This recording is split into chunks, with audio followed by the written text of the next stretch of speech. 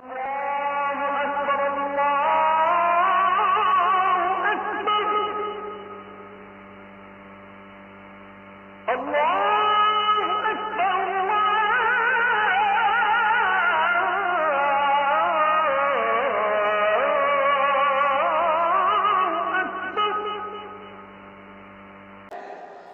বিশ্বনবীর পাঁচটি বৈশিষ্ট্যের কথা আল্লাহ তাআলা এই সূরাতে উল্লেখ করেছেন। আল্লাহ রাসূল সাল্লাল্লাহু আলাইহি ওয়াসাল্লাম যখন মক্কাতে দাওয়াত দিচ্ছিলেন,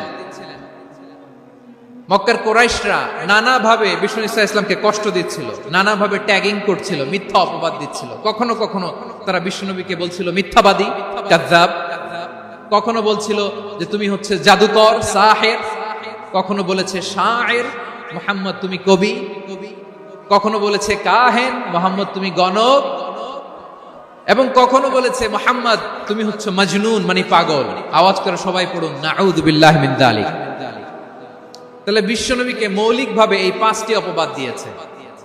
আমার কলেজার টুকরা সিলেটের ভাইরা, বিশ্বনবীর ব্যাপারে মিথ্যা অপবাদ মৌলিকভাবে দিয়েছে কয়টি? পাঁচটি। বলেছে তুমি মিথ্যাবাদী, বলেছে তুমি গণক, তুমি কবি, তুমি পাগল, তুমি জাদুকর।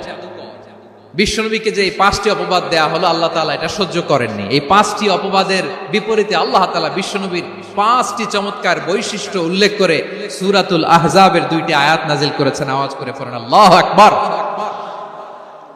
পাঁচটি চমৎকার বৈশিষ্ট্য সূরাতুল আহজাবের ভেতরে রব্বুল আলামিন উল্লেখ করে আমাদেরকে জানিয়ে দিচ্ছেন, ইয়া আইয়ুহান নাবিয়্যু ইন্না আরসালনাকা শাহিদান ওয়া মুবাশশিরান ওয়া নাযীরা ওয়া দাঈয়ান ইলাল্লাহি বিইذনিহি ওয়া সিরাজাম মুনীরা। পড়েন আল্লাহু আকবার।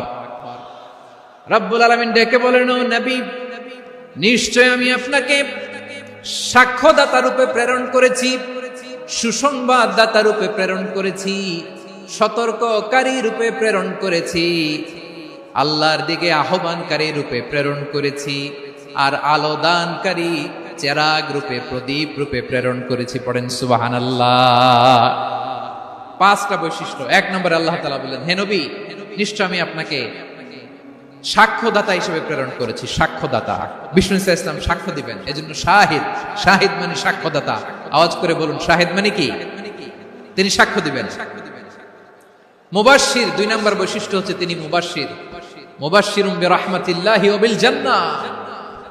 তিনি আল্লাহর রহমতের সুসংবাদ দেন, তিনি আল্লাহর জান্নাতের সুসংবাদ দেন। সুবহানাল্লাহ পড়েন। 3 নম্বর বৈশিষ্ট্য হচ্ছে নাযীর, তিনি সতর্ককারী, ওয়ার্নার। তিনি সাবধান করতে এসেছেন, রিমাইন্ডার দিতে এসেছেন যে আল্লাহর পথে যদি না চলো, শিরকি কাজ যদি না থামাও, তাহলে এমন আযাব আসবে আল্লাহর পাকড়াও থেকে তুমি বাঁচতে পারবে না। তিনি নাযীর। বিষ্ণু ঈসা ইসলামের 4 নম্বর বৈশিষ্ট্য হচ্ছে দাঈয়ান ইলাল্লাহ, তিনি আল্লাহর দিকে আহ্বানকারী। এই যে আমরা আমাদেরকে পরিচয় দেই যে আমরা দাঈ, বলি না? বলি যে উনি হচ্ছেন একজন দাঈ ইলাল্লাহ। বহু বচনে আমরা বলি আদ-দুআত ইলাল্লাহ। এটা কোরআনের এই আয়াত থেকে এসেছে, ওয়া দাঈয়ান ইলাল্লাহি বিইذনিহি। আল্লাহর আদেশে বিষ্ণু ঈসা ইসলাম আল্লাহর দিকে মানুষকে ডাকেন। এবং বিষ্ণু ঈসা ইসলামের 5 নম্বর বৈশিষ্ট্য হচ্ছে সিরাজাম মুনীরা, আলোদানকারী প্রদীপ, আলোকদীপ্ত প্রদীপ, যে আলো দিয়ে তিনি গোটা বিশ্বকে আলোকিত করেছেন। আওয়াজ করে পড়েন আল্লাহু আকবার।